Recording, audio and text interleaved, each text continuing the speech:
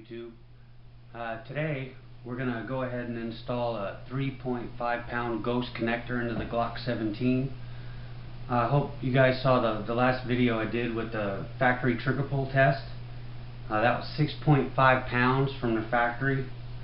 Not a very good trigger, you know, real spongy feel to it, real bad reset. It was just not conducive with good sport shooting at all. It's been a long time since we worked on this gun. We got a 3.5 Ghost rocket trigger kit, and we're going to take a couple parts out of that today. We're going to install the 3.5 pound connector as well as the extra power trigger spring and see if that yields us any dividends with this gun. You know, Glocks aren't notorious for having the best triggers in the world, but there is some stuff you can do to them to make them definitely much nicer than they are. A 1911, it's not going to be, but you know, I think we can make it satisfactory for a good sport shooting gun, maybe a good IDPA or USPSA pistol. Thanks for joining me, and let's get to work. Okay, so first things first, you want to safety check the firearm. We know we're good there. And we also want to field strip it so we can get inside to the trigger mechanism.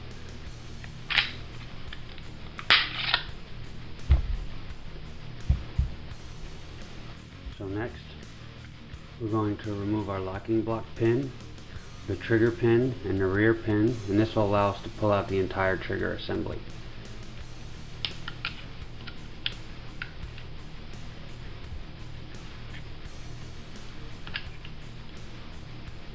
Sometimes if you're having an issue with this trigger pin, if you jiggle around your slide stop lever, that'll actually free it up and allow it to come out. Just like that. We'll pull out our slide stop, and then we'll push out this rear pin.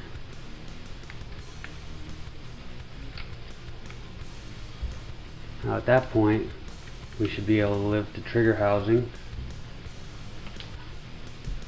and we'll come over here with a very small screwdriver, lift up the locking block just a little bit,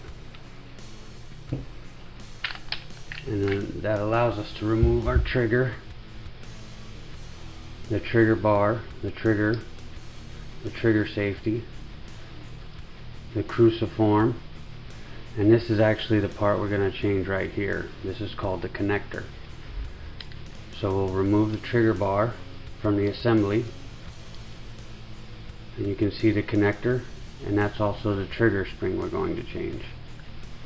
Okay, so now we have our trigger assembly out of the firearm. We can really take a close look at what's going on. It's your trigger bar. There's the cruciform. And one thing you'll notice is the cruciform actually sits inside the slot inside the trigger housing. Another important note is to look at how the connector is actually meshing with your trigger bar. So what we're going to change is this connector right now.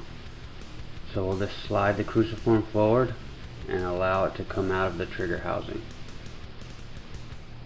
At this point, you'll have to find a small tool or something you can use to lift or pry out the connector from the trigger housing. Another good kind of point to note here, do you see the angle that this is sitting at? It's not sitting in there 100% flush. That's actually very important. If it's bent inward or bent outward too much, it'll lock up your engagement with some of your safeties, and it just won't fire correctly. So let's go ahead and just give this a little pry.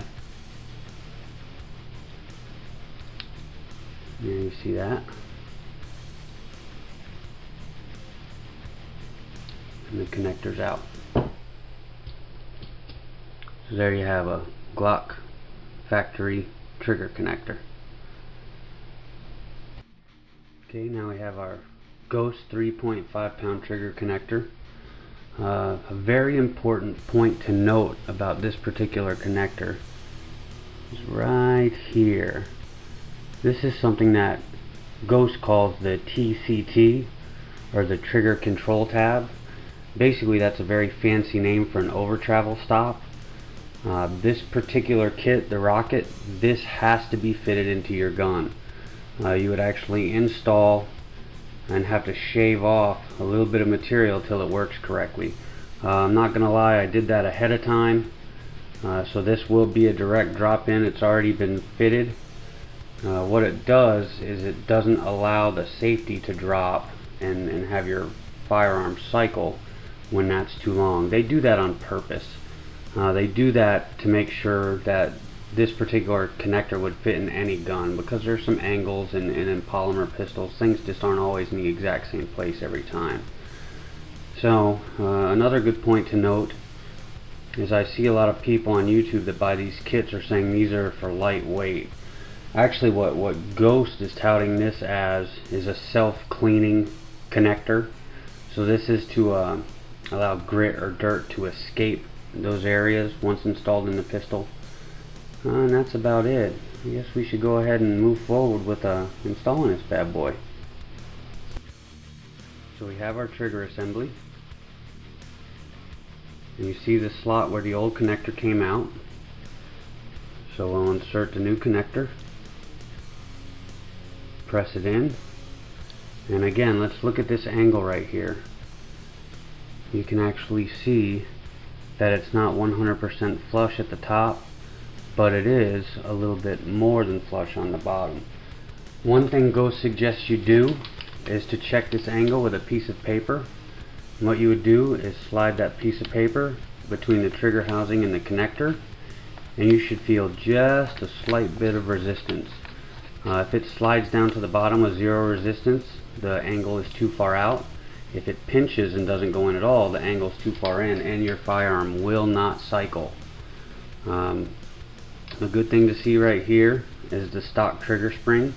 We'll also be changing that here, but I think we're going to reassemble the firearm and we'll try the trigger with just the connector. So as we did before, you're going to put the cruciform and the trigger bar back where it belongs, put it underneath your connector assembly, twist, and put the cruciform into the slot.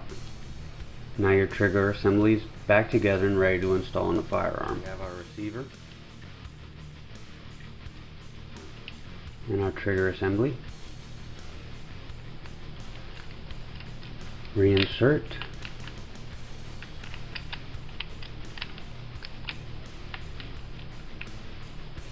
Push everything into place. Ensure that your locking block is all the way down. Ensure your trigger housing is all the way down. We'll insert the rear pin.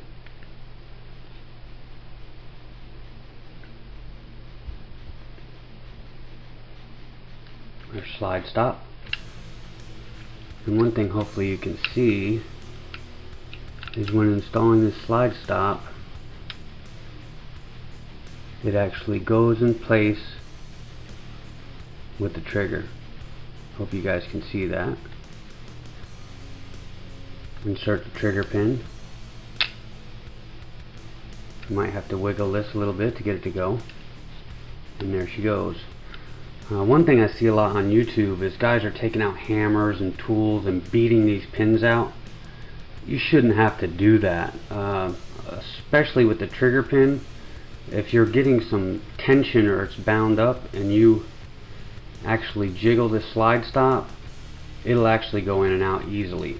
If you're having to use a hammer or a screwdriver or God forbid some other carpentry tool to take apart your gun, you're not doing it right and you need to stop and do some research. That's enough of that rant for now. I don't know if you can see this, but upon our reassembly, now the slide stop spring is right there. So when you install the locking block pin, you have to force this spring down and actually have it resting under the locking block pin, like so.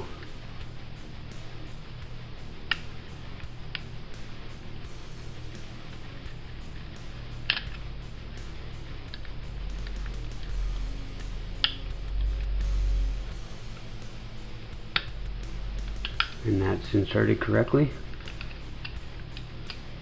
and our receiver is ready to go. So we'll install our slide back, release it, check the trigger. One more time for good measure. Okay, so now we need to check this with our trigger pull gauge, and we'll see what kind of improvement we got. Okay, so we have our trigger pull gauge. Let's go ahead and get that started.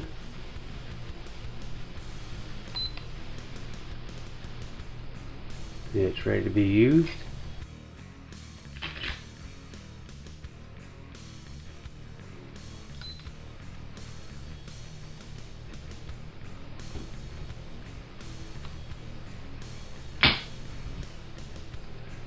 That's more like it.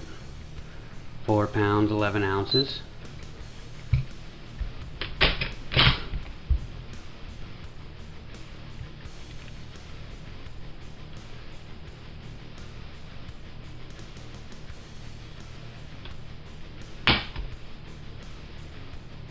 £5. And basically we're just looking for an average here. I'm not pulling it exactly the same way every time. That's going to happen.